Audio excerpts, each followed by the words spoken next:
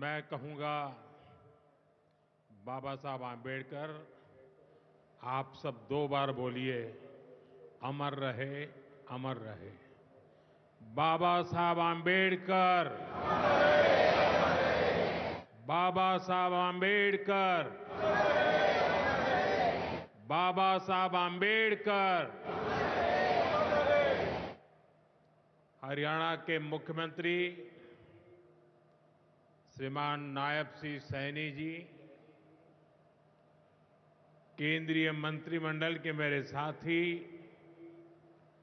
श्रीमान मुरलीधर मोहोल जी, हरियाणा सरकार के सभी मंत्रीगण, सांसद और विधायकगण और मेरे प्यारे भाई और बहनों, मारे हरियाणा के धाकड़ लोगों ने राम राम।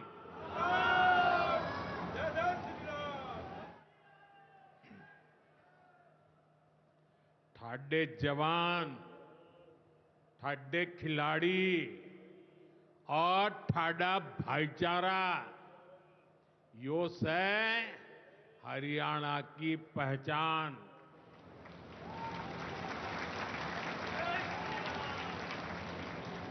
लावणी के इस अति व्यस्त समय में आप इतनी विशाल संख्या में हमें आशीर्वाद देने पहुंचे हैं। मैं आप सभी जनता जनार्दन का अभिनंदन करता हूं। गुरु जंबेश्वर, महाराजा अग्रसेन और अग्रोहा धाम को भी श्रद्धापूर्वक नमन करता हूं। साथियों, हरियाणा से, हिसार से मेरी कितनी ही यादें जुड़ी हुई है। जब भारतीय जनता पार्टी ने मुझे हरियाणा की जिम्मेदारी दी थी, तो यहां अनेक साथियों के साथ मैंने लंबे समय तक मिलकर काम किया था। इन सभी साथियों के परिश्रम ने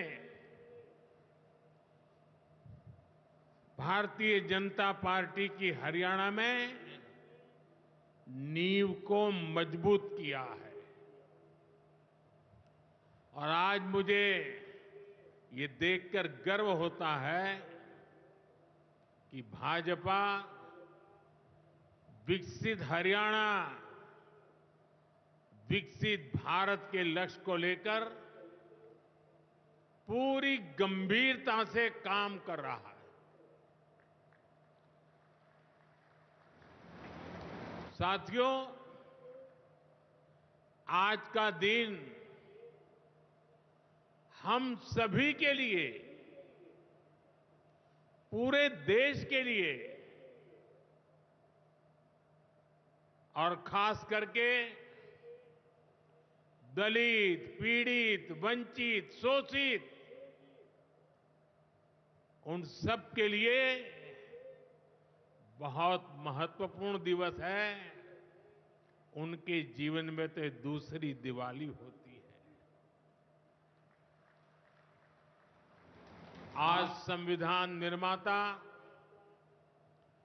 बाबा साहब आम्बेडकर की जयंती है। उनका जीवन, उनका संघर्ष, उनका जीवन संदेश हमारी सरकार की 11 साल की यात्रा का प्रेरणा स्तंभ बना है। हर दिन, हर फैसला, हर नीति बाबा साहब आम्बेडकर को समर्पित है। वंचित, पीड़ित, शोषित, गरीब, आदिवासी, महिलाएं, इनके जीवन में बदलाव लाना, इनके सपनों को पूरा करना, ये हमारा मकसद है। इसके लिए निरंतर विकास, तेज विकास, और यही भाजपा सरकार का मंत्र है। साथियों, इसी मंत्र पर चलते हुए आज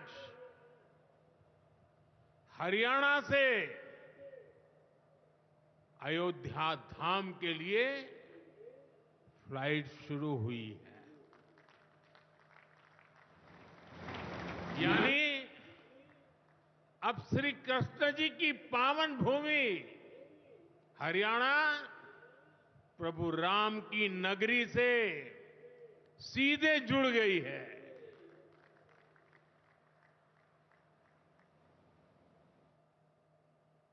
अग्रसेन हवाई अड्डे से वाल्मीकि हवाई अड्डे आज सीधी उड़ान भरी जा रही है। बहुत जल्द यहां से दूसरे शहरों के लिए भी उड़ानें शुरू होगी। आज हिसार एयरपोर्ट की नई टर्मिनल बिल्डिंग का शिलान्यास भी हुआ है। ये शुरुआत हरियाणा की आकांक्षाओं को एक नई ऊंचाई पर पहुंचाने की उड़ान है।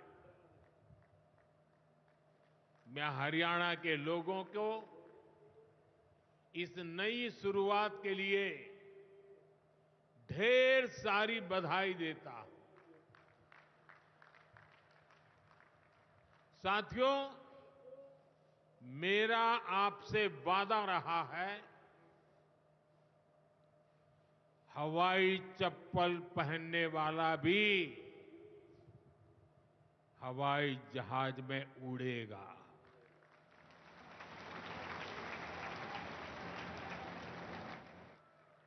और ये वायदा हम देश में चारों तरफ पूरा होता देख रहे हैं। बीते 10 सालों में करोड़ों भारतीयों ने जीवन में पहली बार हवाई सफर की है।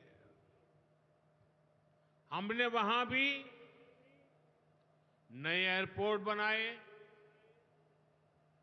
जहां कभी अच्छे रेलवे स्टेशन तक नहीं थे। 2014 से पहले देश में 74 एयरपोर्ट थे। सोचिए, 70 साल में 74।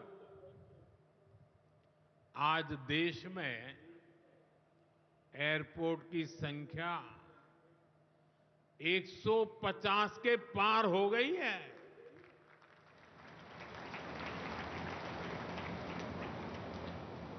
देश के करीब 90 एरोड्रम उड़ान योजना से जुड़ चुके हैं।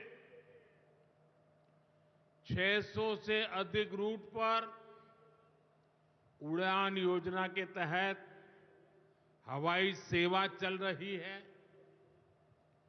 इनमें बहुत कम पैसों में लोग हवाई यात्रा कर रहे हैं। और इसलिए आज हर साल हवाई यात्रा करने वालों का नया रिकॉर्ड बन रहा है। हमारी एयरलाइन कंपनियों ने भी रिकॉर्ड संख्या में 2000 नए जहाजों का, हवाई जहाजों का ऑर्डर दिया है।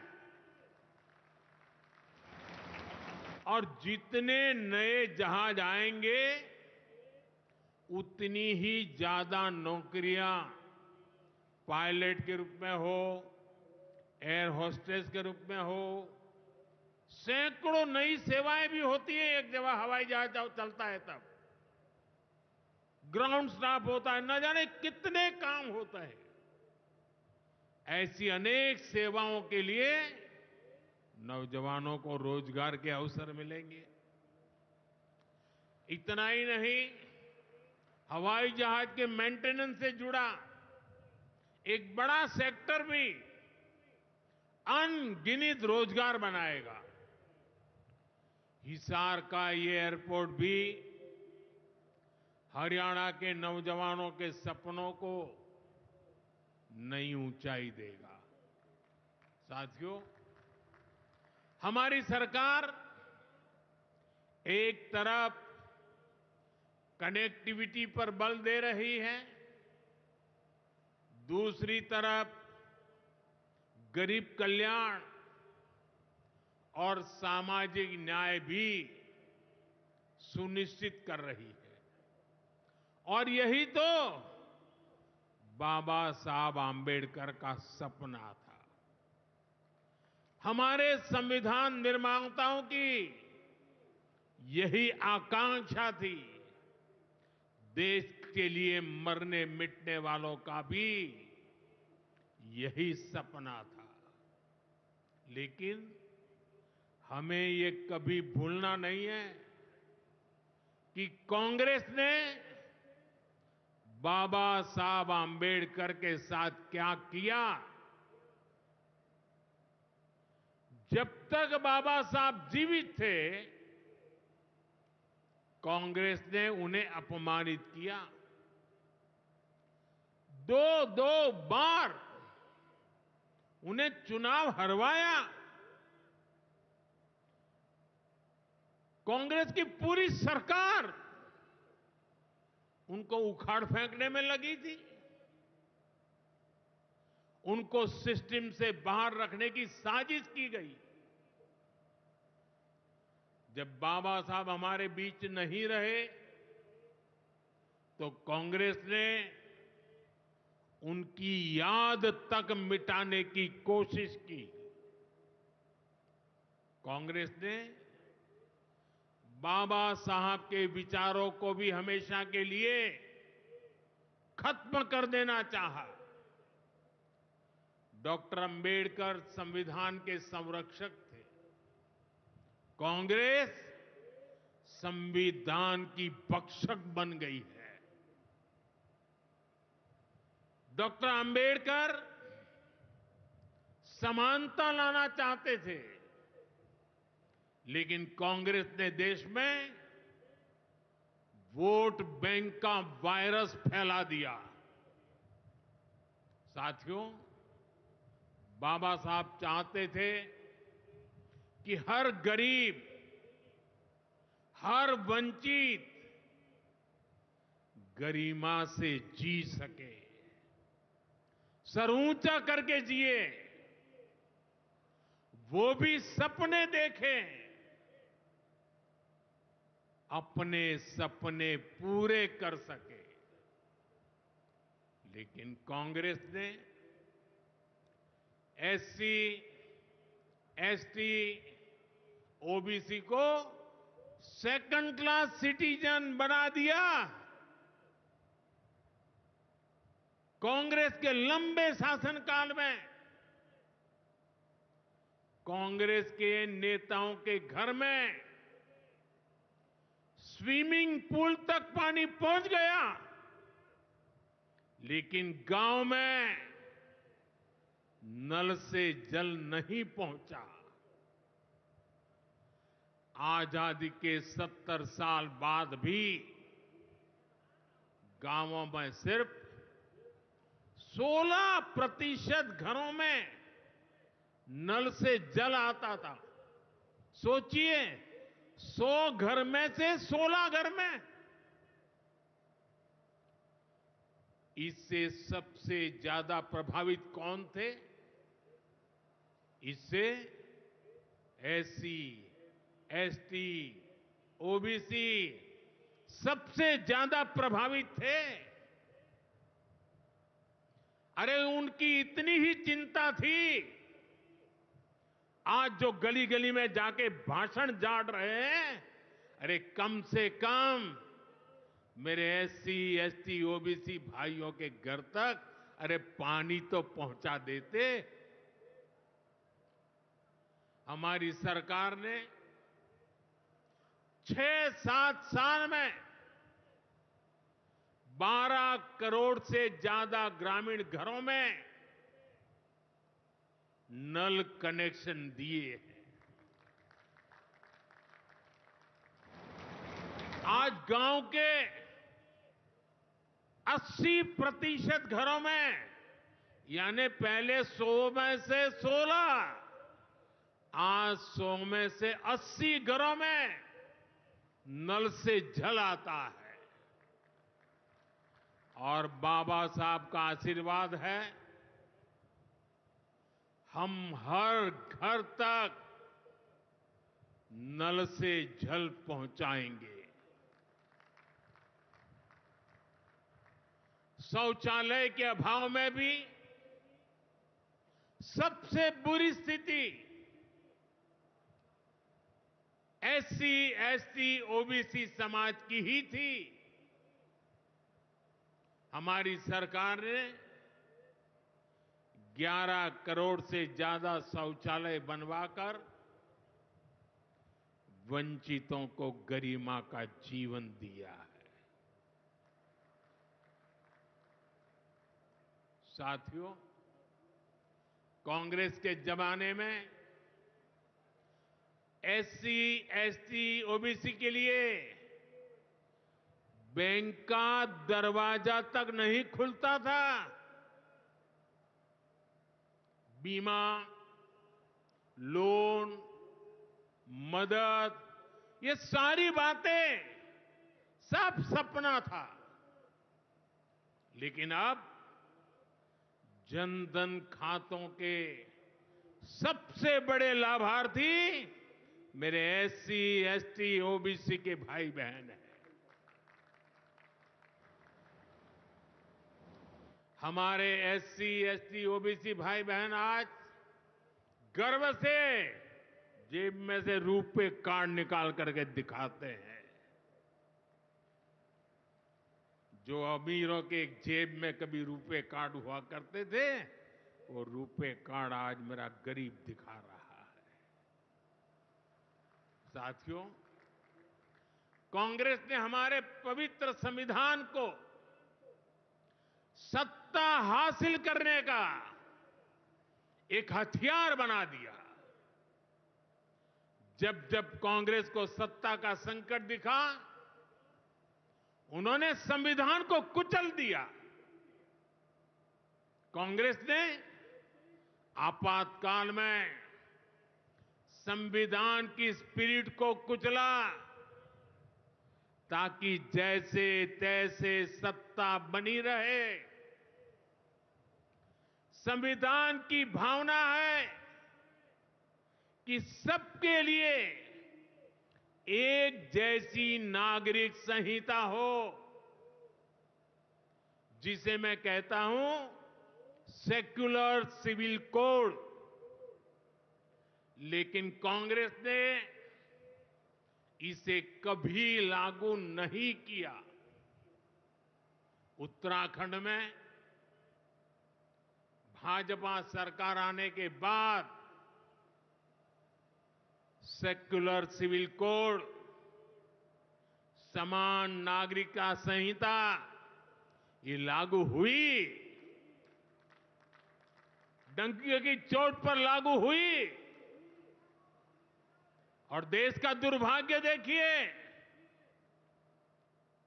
संविधान को जेब में लेकर के बैठे हुए लोग, संविधान पर बैठ गए हुए लोग, ये कांग्रेस के लोग उसका भी विरोध कर रहे हैं। साथियों, हमारे संविधान ने एससी, एसटी, ओबीसी के लिए आरक्षण का प्रावधान किया, लेकिन कांग्रेस ने उनको आरक्षण पहुंचा कि नहीं पहुंचा, उनके बच्चों को शिक्षा के लिए सुविधाएं प्रारंभ मिलना शुरू हुआ कि नहीं हुआ?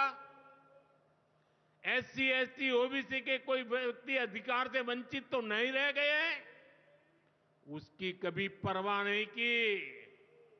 लेकिन राजनीतिक खेल खेलने के लिए कांग्रेस ने बाबा साहब आंबेडकर ने जो सपना देखा था, सामाजिक न्याय के लिए संविधान में जो व्यवस्था की थी, उसको भी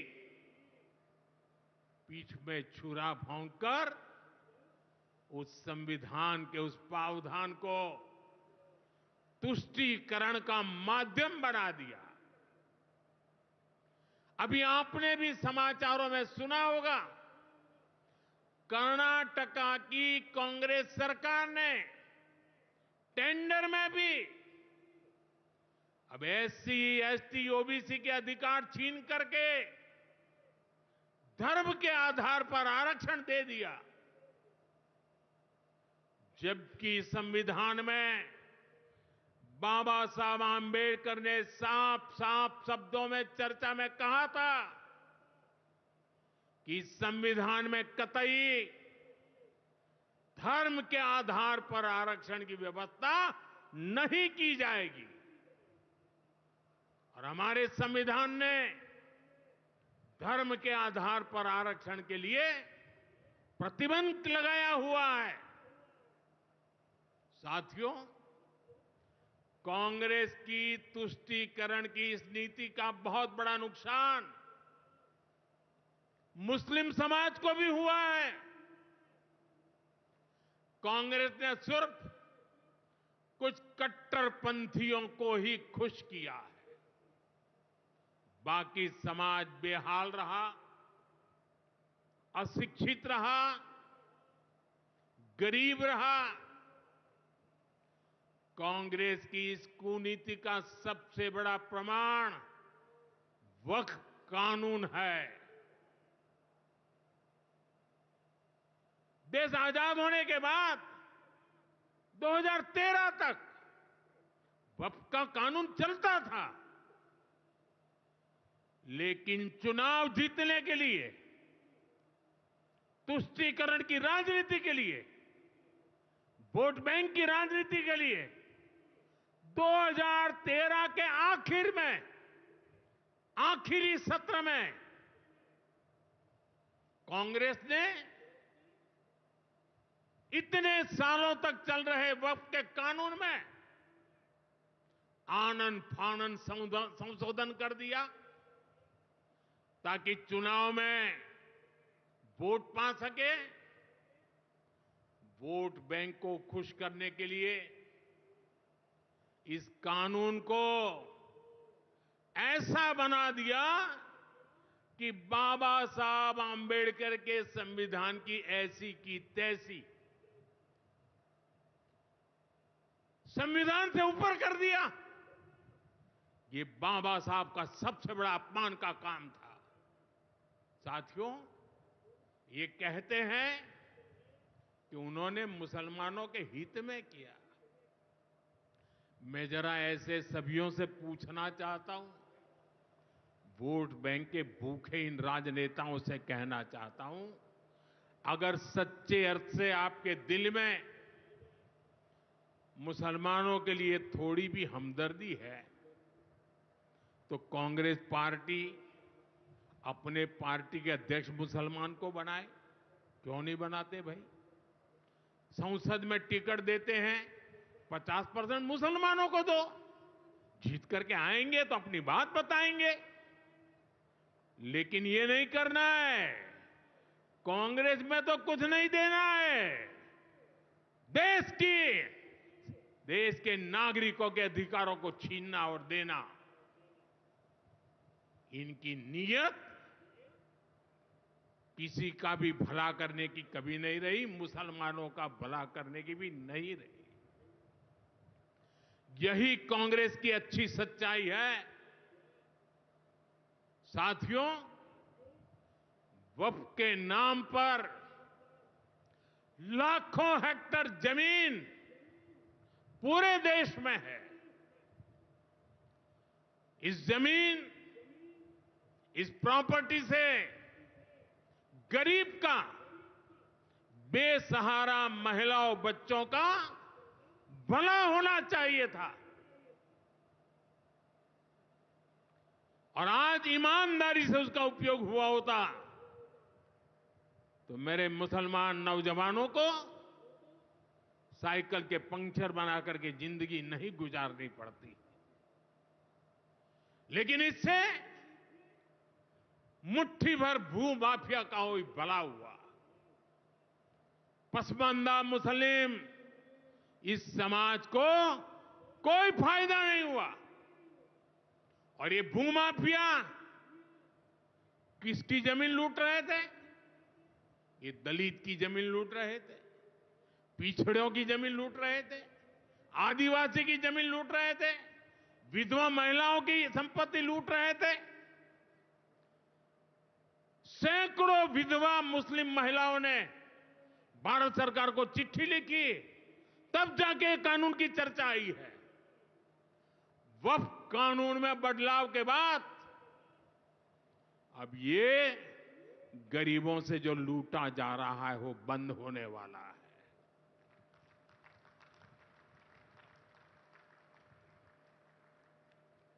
और सबसे बड़ी बात, हमने एक बहुत बड़ा जिम्मेदारीपूर्ण महत्वपूर्ण काम किया है।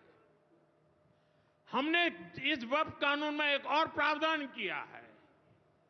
अब नए कानून के तहत, वक्फ के कानून के तहत किसी भी आदिवासी की जमीन को हिंदुस्तान के किसी भी कोने में आदिवासी की जमीन को, उसके घर को, उसकी संपत्ति को ये वक्फ बोर्ड हाथ भी नहीं लगा पाएगा। ये आदिवासी के हितों की रक्षा करने का, संविधान की मर्यादाओं का पालन करने का हमने बहुत बड़ा काम किया है। नए प्रावधानों से वक्फ की भी पवित्र भावना का सम्मान होगा। मुस्लिम समाज के गरीब और पसमानदा परिवारों, मुस्लिम महिलाओं, खास करके मुस्लिम विधवाओं को, मुस्लिम बच्चों को उनका हक भी मिलेगा और भविष्य में उनका हक सुरक्षित रहेगा। और यही तो बाबा साहब आंबेडकर ने संविधान के स्पिरिट में हमें काम दिया हुआ है। यही असल स्पिरिट है, यही असली सामाजिक न्याय है। साथियों, हमारी सरकार ने 2014 के बाद बाबा साहब आंबेडकर की प्रेरणा को आने वाली पीढ़ियों तक पहुंचाने के लिए अनेक महत्वपूर्ण कदम उठाए। बाबा साहब देश और दुनिया में जहां जहां रहे, वे सभी स्थान उपेक्षित थे। जो संविधान के नाम पर अपनी राजनीतिक रोटी सेकने के लिए निकले हैं, उन्होंने बाबा साहब से जुड़े हुए हर स्थान का अपमान किया, इसे इतिहास से मिटाने का प्रयास किया। स्थिति ये थी कि मुंबई के इंदु मिल में बाबा साहब आंबेडकर का स्मारक बनाने के लिए भी देश भर में लोगों को आंदोलन करने पड़े।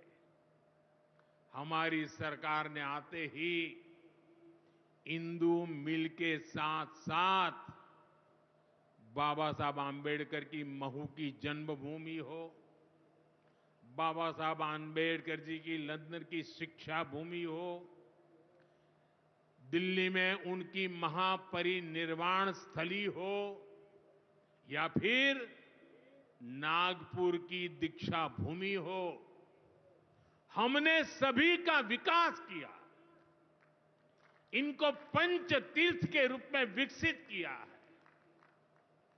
मेरा सौभाग्य है कि कुछ दिन पहले ही मुझे दीक्षा भूमि में जाकर, नागपुर जाकर बाबा साहब को नमन करने का अवसर मिला। साथियों, कांग्रेस के लोग सामाजिक न्याय की बड़ी बड़ी बातें करते हैं, लेकिन हमें ये भी याद रखना है कि कांग्रेस ने बाबा साहब आंबेडकर और चौधरी चरण सिंह जी, इन दोनों महान सपूतों को भारत रत्न नहीं दिया था। बाबा साहब आंबेडकर को भारत रत्न तब मिला जब केंद्र में भाजपा के समर्थन वाली सरकार बनी। वहीं हमें गर्व है कि भाजपा की ही सरकार ने चौधरी चरण सिंह जी को भी भारत रत्न दिया है। साथियों, सामाजिक न्याय के, गरीब कल्याण के पथ को हरियाणा की भाजपा सरकार भी निरंतर सशक्त कर रही है। सरकारी नौकरियां की भी हरियाणा में क्या हालत थी, आप सबको पता है। यूं किया करते, जे नौकरी लागनी है तो किसी नेता के गैल हो ले, और न तो रुपया ले आ, बापू की जमीन और मां के तो जेवर भी बिक जाया करते। मुझे खुशी है कि नायब सिंह सैनी जी की सरकार ने कांग्रेस की इस बीमारी का इलाज कर दिया।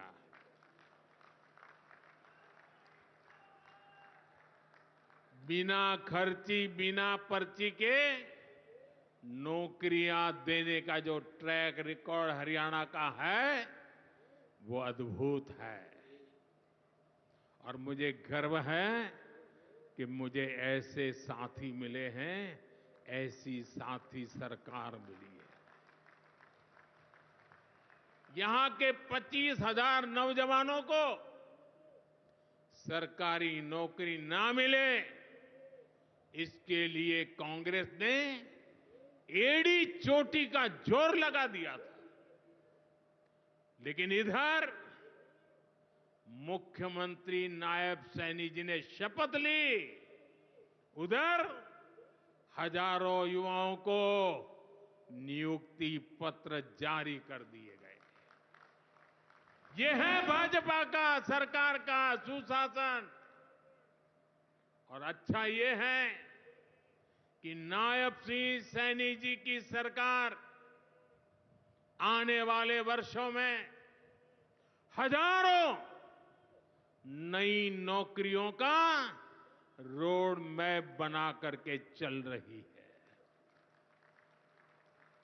साथियों, हरियाणा वो प्रदेश है जहां बहुत बड़ी संख्या में युवा सेना में जाकर देश की सेवा करते हैं।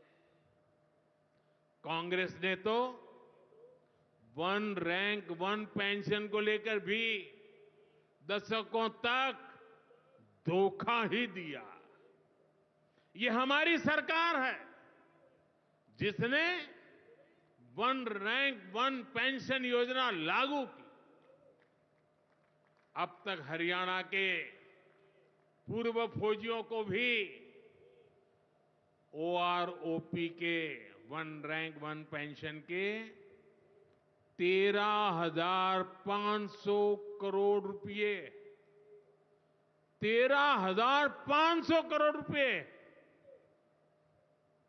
दिए जा चुके हैं।